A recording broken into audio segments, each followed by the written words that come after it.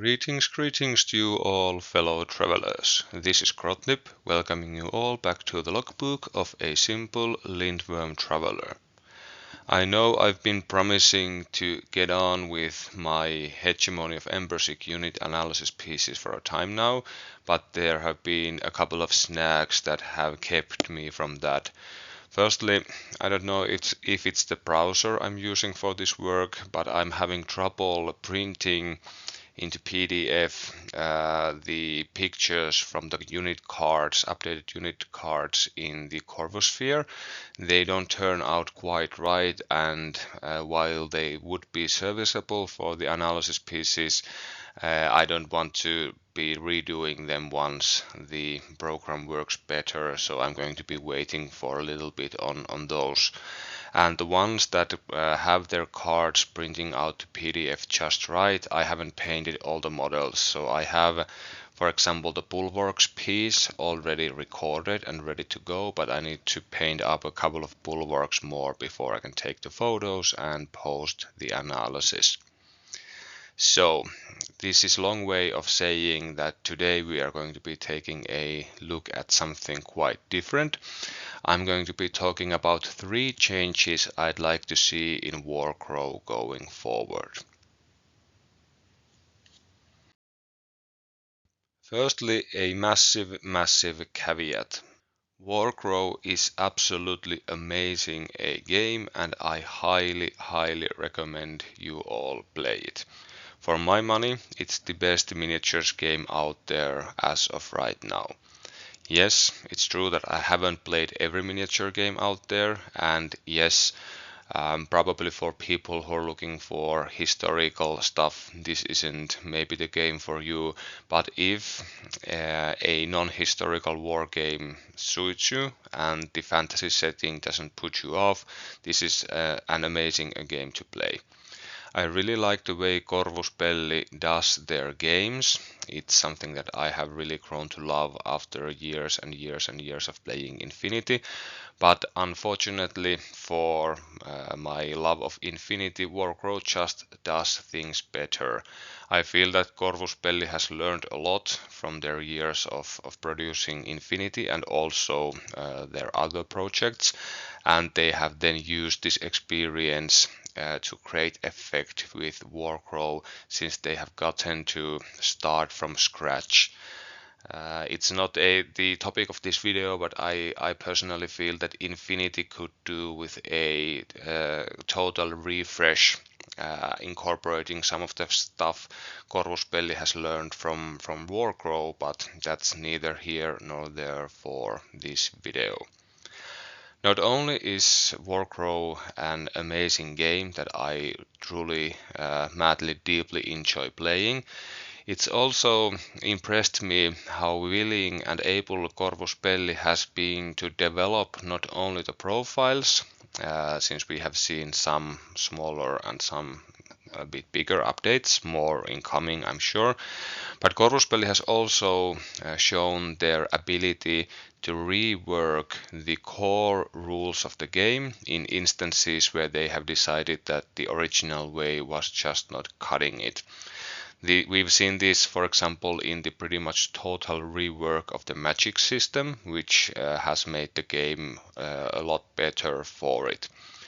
So in this video, I'm putting forward a couple of ideas on what could possibly be changed in the future.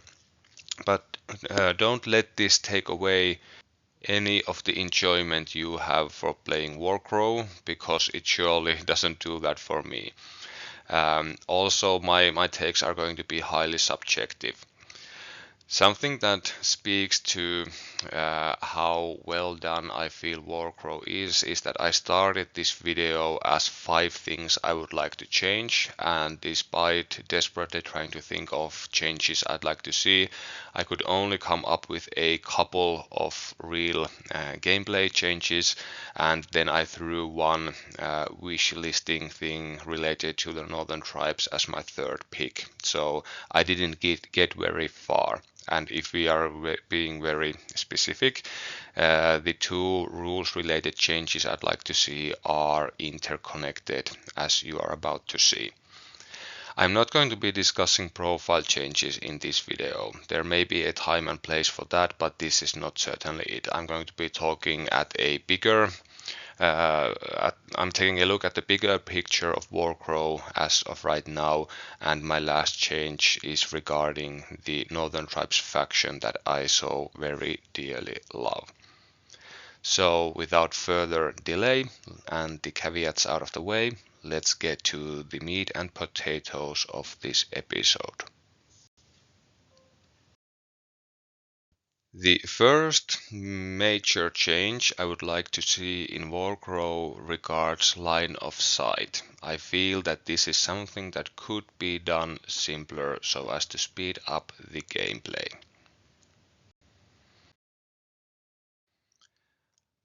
How the line of sight works in Warcrow as of right now is more or less simple in its description, if not always in its execution. Units have line of sight to a unit as long as the leader of the unit checking for line of sight can see at least half of the unit that they are checking line of sight to. This ends up being pretty straightforward in most cases, most simple cases that is, and even when line of sight blocking terrain or other units are involved, it's usually pretty easy to calculate whether you can see a unit when we are talking about units with even number of models. But when we are talking about units with odd number of models or in some other under some other special circumstances, the situation gets more convoluted, and that's when the trouble begins. Also, unlike for example in Infinity, in Warcrow, unit doesn't always automatically see another unit that sees it. So we can have, and there are some battlefield situations where one unit sees the other, e.a. they have the line of sight to them, but the unit being drawn line of sight to cannot actually see the other side. So that's also something to keep in mind. Also, another thing that I appreciate from the line of sight rules perspective that can end up slowing the game flow is the fact that members of a unit never block line of sight to other members of their unit, but at the same time models that belong to the same unit block line of sight between each other when it comes to enemy units trying to draw line of sight. More on this a little bit further down the road. So line of sight in Warcrow sounds pretty simple. What's the problem then? Well, I have three problems with the current way the line of sight rules work. Firstly, the line of sight rules don't always feel intuitive. Second, checking for line of sight can sometimes end up killing the momentum of an activation, since it can be a pretty slow part of the activation when it should be nice, quick and easy. And thirdly, there are units and there are situations where this half requirement for line of sight can be gamed for advantage that doesn't feel earned or right. And next I'm going to be breaking down these three problems that I have, and then I'm going to be proposing my humble solution. My first problem with the line of sight rules as they are written as of right now is that they don't always feel intuitive when played on the field. Let me explain a bit further. Since the line of sight requires that you see half of the unit that you are drawing line of sight towards, you can end up having quite unintuitive situations on the field. Here we have a Black Legion Bucklerman who's trying to draw line of sight to a unit of Orc Hunters.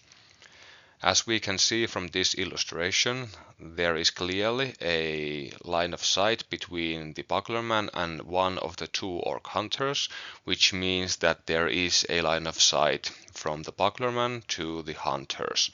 But If we add a third member to the hunter's unit, conveniently placed behind the building, now the line of sight is broken.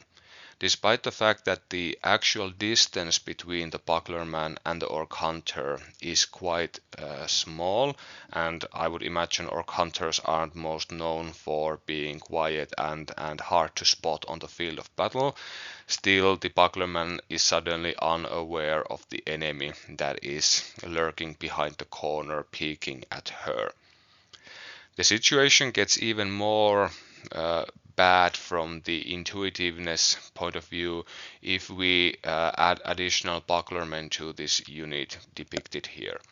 Let's say that the original bucklerman is the leader of the unit and then we add a full squad behind her. As you can see, all the other bucklermen in the unit can see all the orc hunters from the unit that's peeking around the corner of the building, but still somehow the bucklermen, by game terms, have no line of sight. They are quote unquote unaware that the orc hunters are there. Yes, you could always assault and stuff like this, but the point still stands. If the positioning of the bucklermen was different, then line of sight could be established with exactly these positions, just switching the leader to be one of the two lower bucklermen or indeed any of the other bucklermen. In that instance, yes, you can argue that the leader of the unit is communicating to their comrades, hey, there are orcs there, let's do something about this. But at the same time, why wouldn't the communication street go both ways? Why can't the other bucklermen inform the leader that, hey, there's a bunch of pretty nasty looking orcs around the corner, maybe we should be doing something about this. So this is the first problem that I have. The second problem that I have with the line of sight is that checking for line of sight under some circumstances, more complex circumstances that is, can kill the momentum of an activation. When playing Warcrow, I absolutely love how fast flowing a game it is, and both players are constantly making decisions, and moving from one step to the next is extremely quick, fast, and exciting once you get the basics nailed down. But checking for line of sight can cause situations where you need to break out the lasers and start counting models and asking questions that will bog down the activation for a simple purpose of trying to find out if a unit sees another. Here's an example. Can the bucklerman draw line of sight to a unit of orc hunters? And the answer is 3, 2, 1. Obviously yes, because even though the bucklerman can only see 2 out of the 5 members of the unit, the orc wise main is actually a support character and thus they are not counted for the number of models in the unit and hence line of sight is established. If we replace the wise main with an officer type character, then that would be a no. So having to stop your activation to discern whether the character in the unit is support or officer, whether they should be counted or not, feels like an unnecessary step that doesn't actually affect the physical positioning of the models on the field and doesn't materially change whether from realistic perspective the bucklerman should be seeing these orc hunters or not. Okay, let's take another example of a complex battlefield situation that can end up making checking for line of sight rather slow. Here we have a unit of bucklermen, once again looking to draw line of sight, this time towards a unit of tundra marauders. There are a bunch of orc hunters in the way, however, so first we need to establish which hunters belong to which unit. In the first example here, the 3 leftmost hunters are part of the same unit, and the 3 rightmost ones are part of a different unit. This means that we get to draw a line of sight from our leader bucklerman to the unit of tundra marauders like so. So not only did we have to establish which or counters block line of sight between one another, which I am not criticizing in and of itself. I like the rule that a unit blocks line of sight between its members, but checking for that takes some time, and afterwards we need to calculate using a laser probably once again if the buckler man sees two or more of the Tundra Marauders in order for a line of sight to exist. Okay, let's try again. Now we shift around which or counter belongs to which unit and we check for line of sight, and even though the leader bucklerman can see a Tundra Marauder, she doesn't see two. So this time around there's no line of sight. But the amount of effort it takes to get here can feel a bit frustrating. Having to designate which or counters belong to which unit and then drawing the line of sight and then checking, okay, I can't see two, then there is no line of sight. This doesn't feel all that great. Yes, you could argue that in this instance having line of sight from the bucklermen to the Tundra Marauders does not materially matter, but okay, let's say these were not bucklermen, let's say they were arquebusiers, and now having the line of sight or not having line of sight would be the breaking point on whether the unit can fire at their enemy or not. And then we have the third problem that I have, and that is that there are units in Warcrow that can game the line of sight system to a level that doesn't feel intentional from a game design perspective. This I have found especially to be problematic with units with an odd number of models, since if you have a leader model that can see the enemy unit, but the enemy cannot see at least half of your unit, then you can see the enemy, but the enemy cannot see you, even though you might be staring at each other in the face. Sometimes this interaction feels earned. If you, for example, take the time, spend the activations to get your advancing unit, for example, to a forest that is centrally located, then I think it feels okay that okay, you have now spent the resources to get your unit there, and now they are holding a tactically significant position on the battlefield, and they are able to observe the enemy out from the forest without the enemy being able to see them. That feels okay and nice.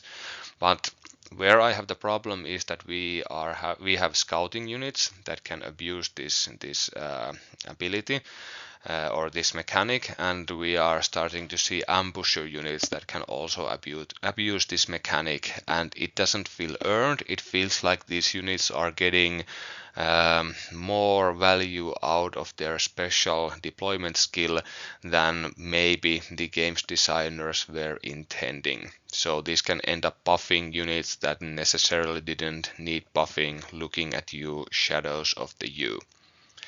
Let's try and explain what I mean via a image also. Here we have the edge of the board marked with the black line, and there is a forest that's not quite next to the side of the table.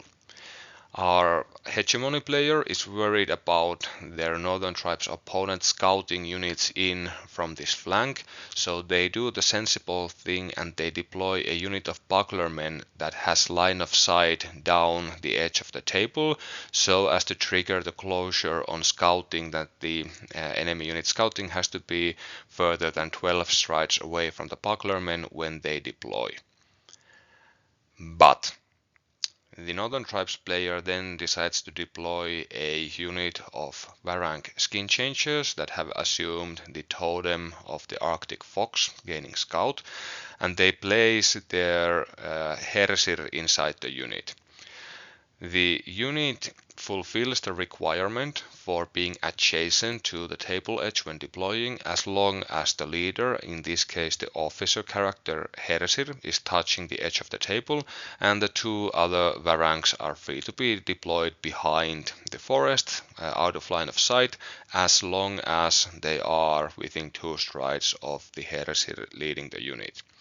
Now this creates the situation where despite looking the Hersir in the face, the bucklermen actually can't see the Varangs coming at them, but at the same time the Varangs are free to charge the bucklermen during their first activation. And while this can be explained away via how amazing at fieldcraft these Varang warriors must be, this does mechanically feel like something that should not happen. Having outlined the problems that I think exist, what could a solution potentially be?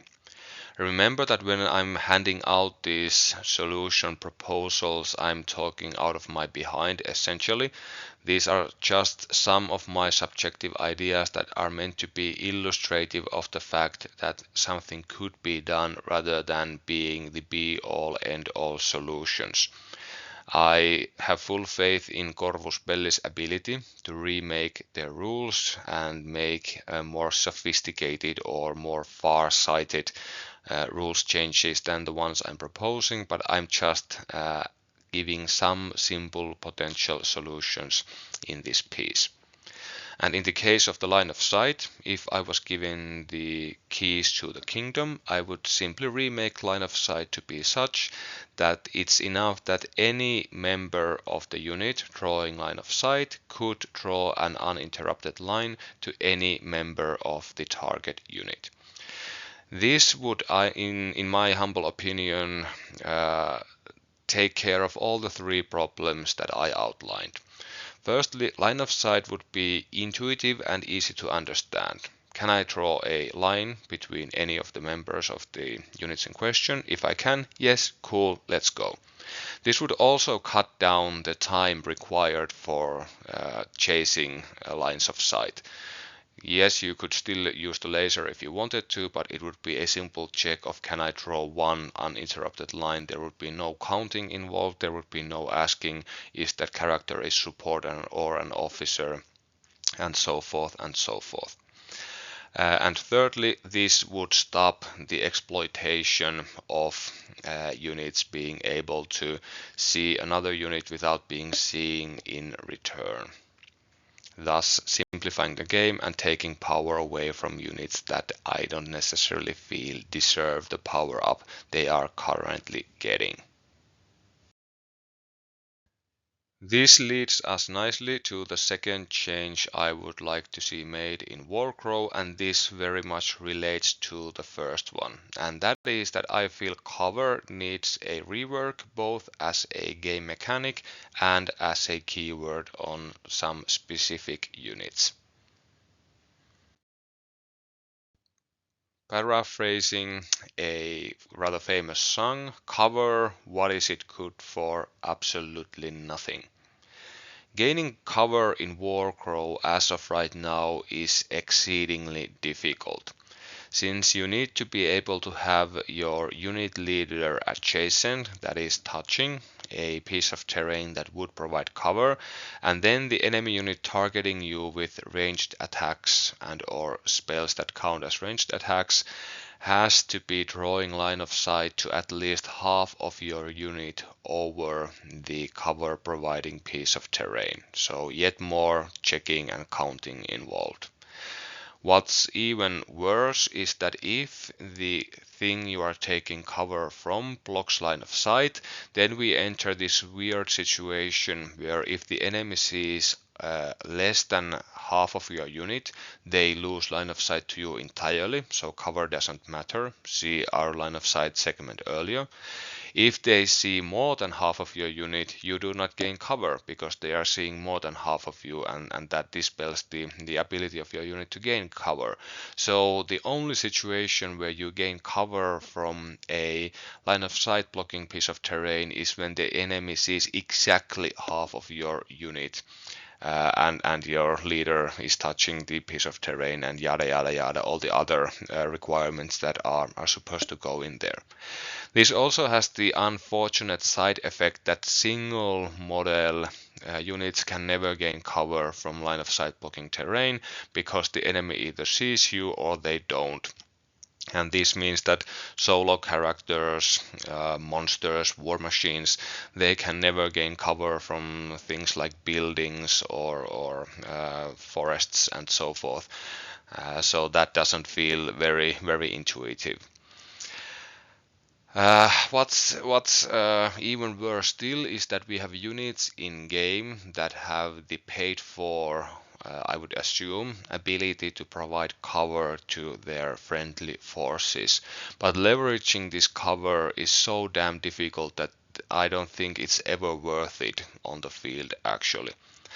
You need to have your model slash unit taking cover, or in this case, a unit of several models taking cover, touch a unit that's trying to provide it, and then the enemy has to draw line of sight to exactly half of your unit uh, for the cover to trigger once again. And again, single models need not apply. They cannot gain cover because the enemy cannot see exactly half of your unit.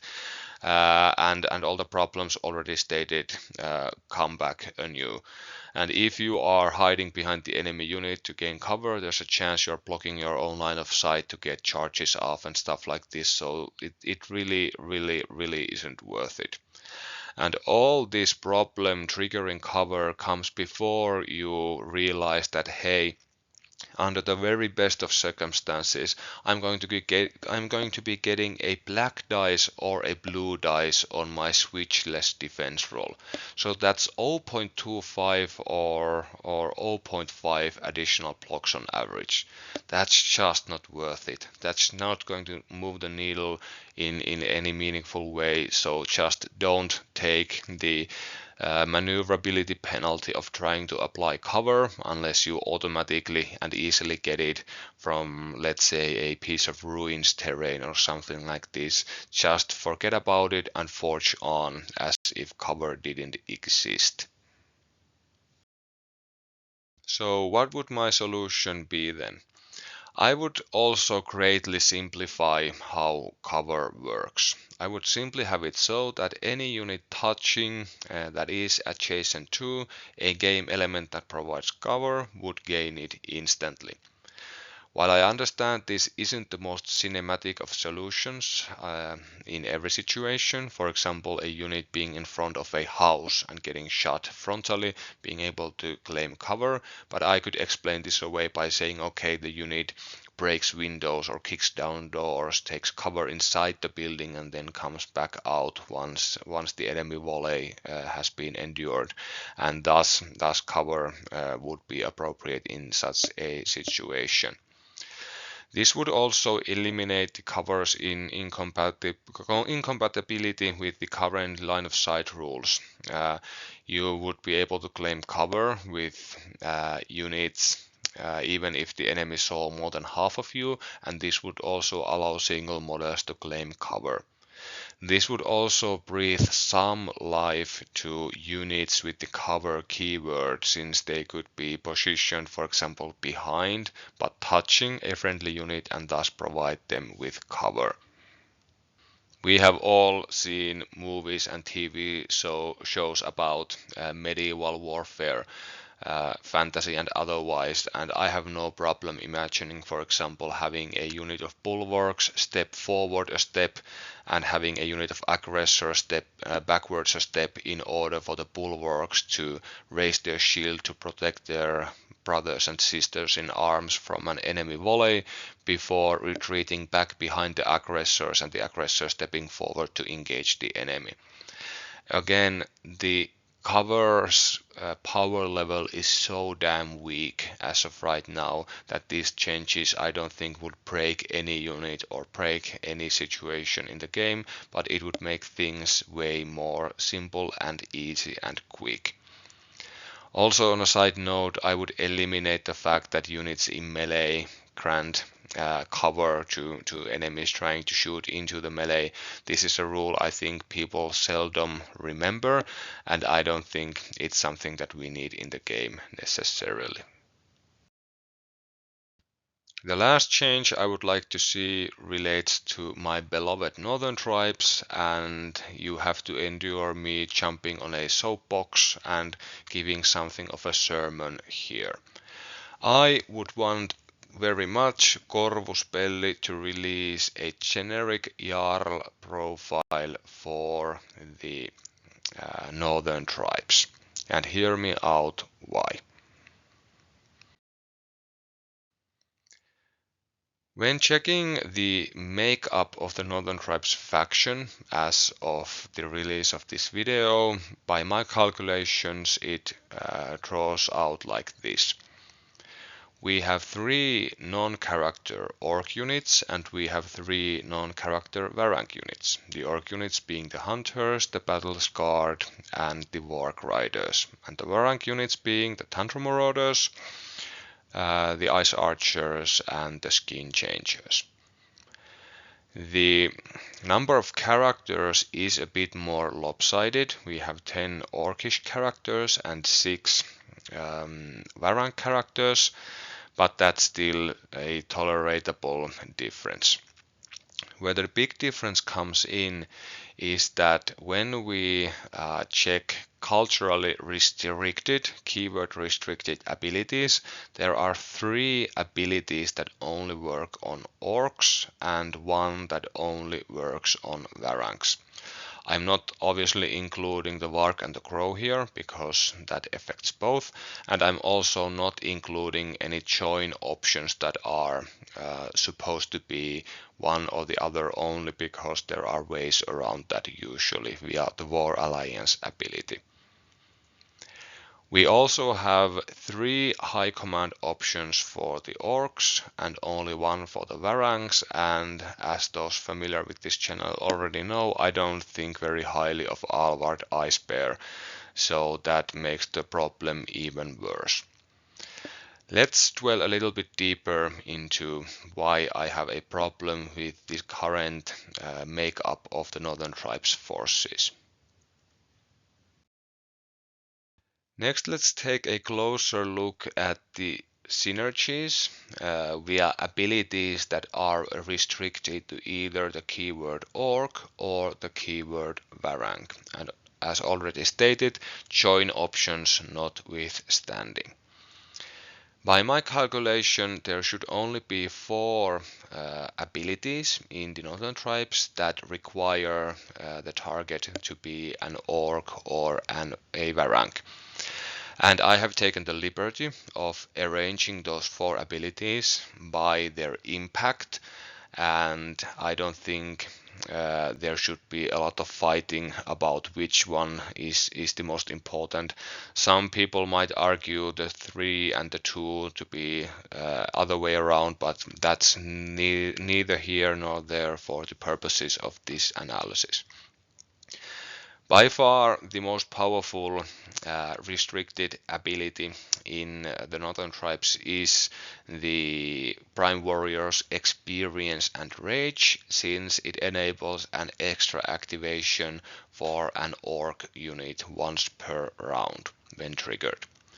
I would consider Orc Warrior's Honor also to be found on the Prime Warrior to be the second most important one, since it's a bubble effect that reduces stress on friendly Orcish units.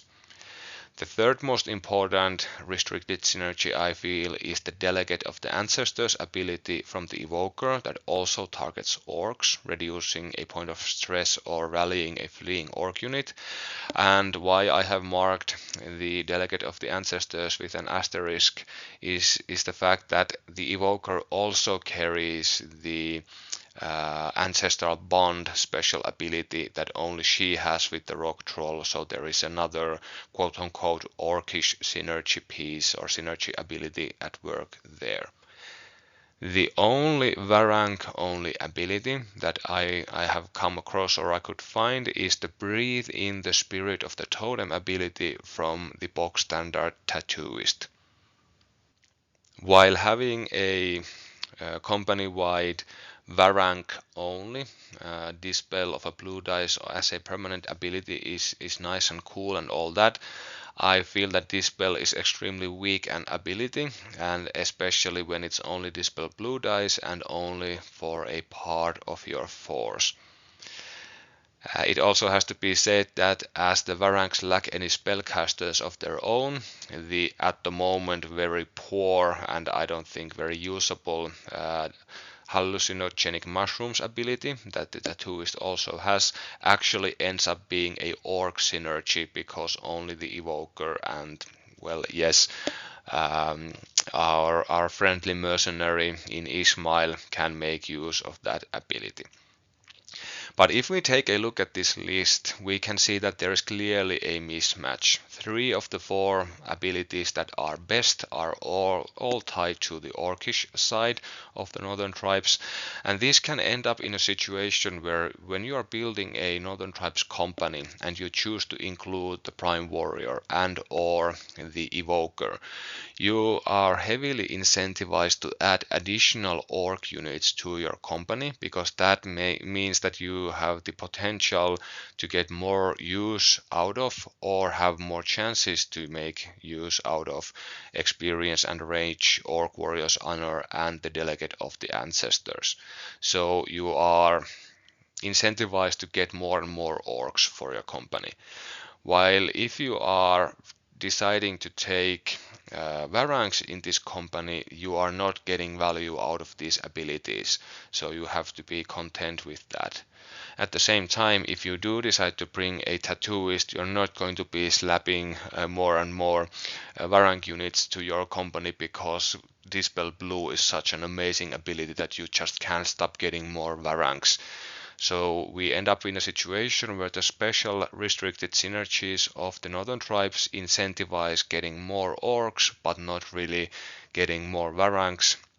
Actually, in the completely different way, they actually will incentivize you to get less Varangs so that you can get more value out of your orcish abilities. Which leads us to the Exhibit B, the High Command options available for the Northern Tribes. As of the release of this video, the Northern Tribes currently have access to 4 high commands that I have listed here, starting with the cheapest and ending with the most expensive one. We have the Wrathmane, who is an Orc infantry squad leader type character. Then we have the Mounted Wrathmane, who is also an Orc. They can fight quite effectively as a solo piece, and they are our only cavalry commander as of right now. Then we have Alborg, who's also an Orc. They usually fight solo, but he can also fight as a member of a infantry unit. And importantly, they do bring War Alliance and the Warg and the Crow. And then our only Varang option is Alvard Icebear, the most expensive of the bunch. They can fight solo, but so can the Mounted Wrathmane and Alborg. They can only ever join Polar Bear Totem Skin Changers, which is a massive problem for him. And yes, he provides War Alliance, but so does the 10 points cheaper Alborg, who also brings the Warg and the Crow and substantial combat ability. So you see where the problem lies. I have deliberately chosen the picture here on the left to be that of Lotta with 2 skin changers, since actually Alvard Icebear isn't the best attachable character for the skin changers. It's Lotta by most people's accounts. So why would I get the 60 point Varang high command to put them in the skin changers when actually the better choice is to put Lotta there, and I can take Alborg, then I can put Lotta in the skin changers, and then I can access Varg and the Crow and all the good stuff. So I really don't feel why I should be taking my one Varang high command. So all the 3 orc high commands I feel end up being way more bang for your buck than Alvard. And what's even worse for the Varangs I feel is the fact that Alvard actually doesn't have any synergies with the Varangs. He gives the Varangs the access to the orc officers, but that's really it, and that's something you can get with Alborg also. So I think this is a huge missed opportunity to prop up the Varangs by having their high command somehow be a good synergistic piece with them. And hence, since we are currently, in my opinion, lacking the synergies between the Varang keyword and powerful abilities, and we don't have access to a proper high command to lead our Varangs, my solution would then be to release the Jarl. I feel Corvuspelli has shown a preference and also an aptitude for releasing profiles that lift up already existing units via the synergies that they provide. Take a look at the Rock Troll, for example. Corvuspelli clearly felt that the Evoker needed some help to push her into more lists, so they released the Rock Troll and gave the Rock Troll the ability to work in tandem with the Evoker via Raise the Rock spell and the Ancestral Bond ability. I feel that something like this would be very much welcomed by the Varang models in the Northern Tribes as of right now, as to stop the situation that I think our faction currently unfortunately finds itself in. Firstly, as evidenced by people having tried this out as far as in the Interplanetaria tournament, building Varang heavy really isn't a competitive option in Warcrow as of right now. If you want to be winning, you can't be playing a Varang heavy Northern Tribes list, at least if you want to be winning consistently against tough opponents playing good company lists. While at the same time, building 60%, 80%, even 100% orcs is extremely common because of all the synergies and the lack of synergies that we have talked about in this video already. And this, I feel, somewhat leaves the Northern Tribes in a disadvantaged state where half of the faction, or nearly half of the faction, takes away from your ability to provide the most synergistic and powerful cookie cutter list for your tournament play, for example. Yes, I argue and I agree that you get a little bit of two factions in one when you combine the orcs and the Varangs, and there is value to be gained there, but the value doesn't at the moment, I feel, rise to the cost, the opportunity cost of going smaller on the synergies that playing more orcs will bring you. So how to get over this problem? My simple solution would be to release an alternative profile for Alvard Icebear, that being a generic nameless Varang Jarl. I have some ideas, obviously, what this Jarl could do, but I will leave it to my betters at Corvuspelli to design this stuff. Hit me up, guys, if you want to discuss. But all joking aside, I feel that a Earl could go a long way into making the Varangs more usable. Firstly, the model obviously should include some form of Varang only synergy that would prop up the Varangs that many people do feel are the weaker units in the Northern Tribes as of right now. I don't necessarily agree in all situations, but as a whole, yes, the Varangs are the red-haired stepchild of this faction as of right now. Secondly, if the Varang Earl was to bring to the table some interesting and powerful personal abilities, whether as a commander of a unit or a solo combatant, then that could actually result in a situation where you want to take the Jarl for their personal combat prowess or their ability to lead a unit, and then you would be incentivized to add Varang units to your company because you already took the Jarl for their personal ability abilities, and now you might just as well stack up on Varang units to leverage whatever synergies the Jarl would bring to your Varangs. So in this way we would be deconstructing the problem of everything incentivizing you to build Orc and having an option that would incentivize you to build Varang and restrict your ability to go full on Orc. We don't want to have a situation where we get a Varang high command who then leads mostly Orcish forces to the field either. So this is obviously something that as a huge fan of the faction would make me extremely happy, and I feel that this would give some much needed love to the Varang side of the northern tribes. Obviously Corusbelli must already be quite far along designing the second wave releases for the Warcrow.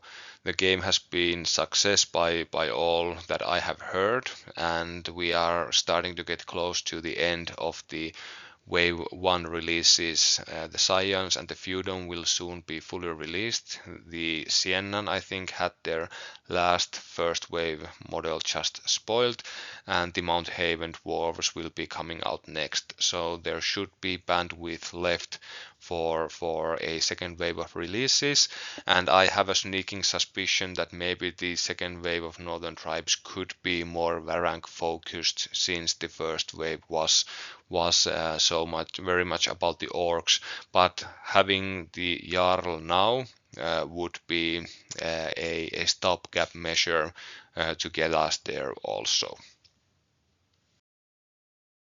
Phew, now it's time for me to get down from my soapbox and say that I think it's time to bid farewell. Everything should be fine in the world of Lindworm after this sermon of mine, so I hope to see you again soon, fellow travelers. Safe journeys for everyone.